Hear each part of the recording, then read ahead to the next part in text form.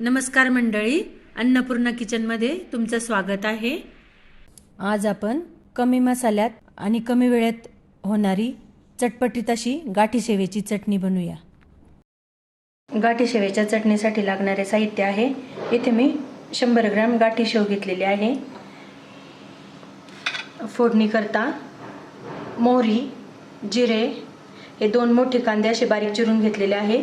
Garnishing करता कोथिंबीर, मीठ, हळद, हिंग, काळा मसाला आणि हे थोडंसं लाल तिखट आणि हे 2 चमचे काळं वाटण घेतलेलं आहे मी। हे काळं वाटण कांदा, आलं, लसूण आणि खोबरं हे चांगलं लाल परतून घेतलं आणि मग त्याचं वाटण बनवलेलं आहे। हे वाटण घेतलेलं आहे मी। आता आपण कढई तापायला ठेवू आणि कांदा परतायला टाकू। इथे कढई तापलेली आहे, फोडणी करता तेल घालते। तेल जरा व्यवस्थितच घालायचं। तेल तापलेलं आहे, आता मोहरी घालते। मोहरी चांगली तडतडली, आता जिरे घालते, हिंग आणि आता कांदा घालते।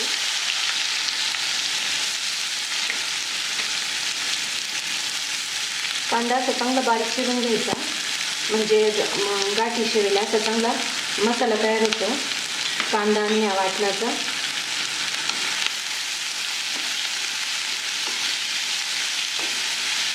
कांदा आपण चांगला परतून घेऊया गुलाबी कलरवर।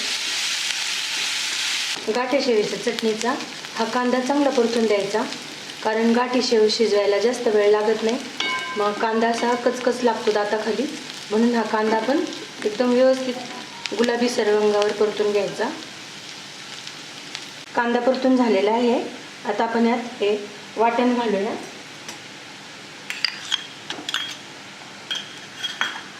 हा काळा मसाला, लाल तिखट, हळद आणि मीठ। मीठ गाठी शेवेला कमीच घालायचं, कारण गाठी शेवेमध्ये भरपूर मीठ असतं, म्हणून थोडंसं कमीच घालायचं मीठ। आता हे वाटण आणि मसाले चांगले परतून घेऊ।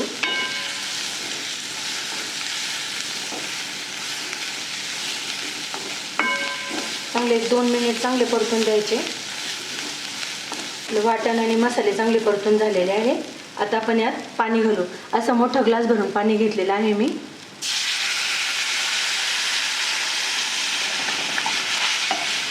पाणी असं व्यवस्थित घालायचं, कारण आहे ना गाठी शेव शिजता सगळं पाणी शोषून घेते आणि मग खाताना खूप गाठी शेव अशी कोरडी कोरडी लागते, म्हणून पाणी व्यवस्थितच घालायचं।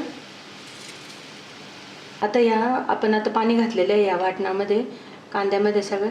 आता ह्या सगळ्या मिश्रणाला एक चांगली उकळी घेऊ। आता या मिश्रणाला चांगली उकळी आलेली आहे, आता आपण यात ही गाठी शेव घालू। साधारणतः या गाठी एवढ्या 100 ग्रॅम गाठी शेवे करता मी अर्धा लिटर पाणी घेतलेलं आहे। पाण्याचं प्रमाण बरोबर जमलं पाहिजे, नाही तर गाठी शेव खूप कोरडी होती। पाणी जास्त जर झालं तर त्या पाण्यात गाठी शेव विरघळते, म्हणून पाणी अगदी व्यवस्थित घालायचं। आता ही भाजी आपण 2 मिनिटाकरता झाकून ठेवू। 2 मिनिट झालेले आहे, आता आपण बघू भाजी शिजली का।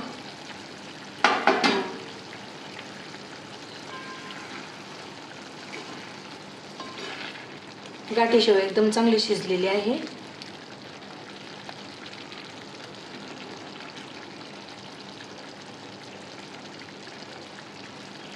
आता आपण वरतून कोथिंबीर घालू।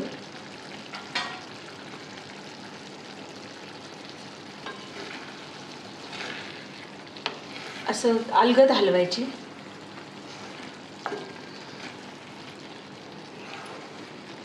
अशा पद्धतीने आपली ही गाठी शेव तयार झालेली आहे। आपण तर एका भांड्यात सर्व करू। अशा पद्धतीने ही गाठी शेवेची चटणी तुम्ही नक्की करून बघा।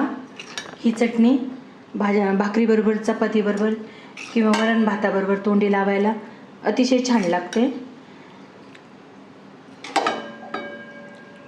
व्हिडिओ आवडल्यास लाईक, शेअर आणि चॅनलला सबस्क्राईब करा.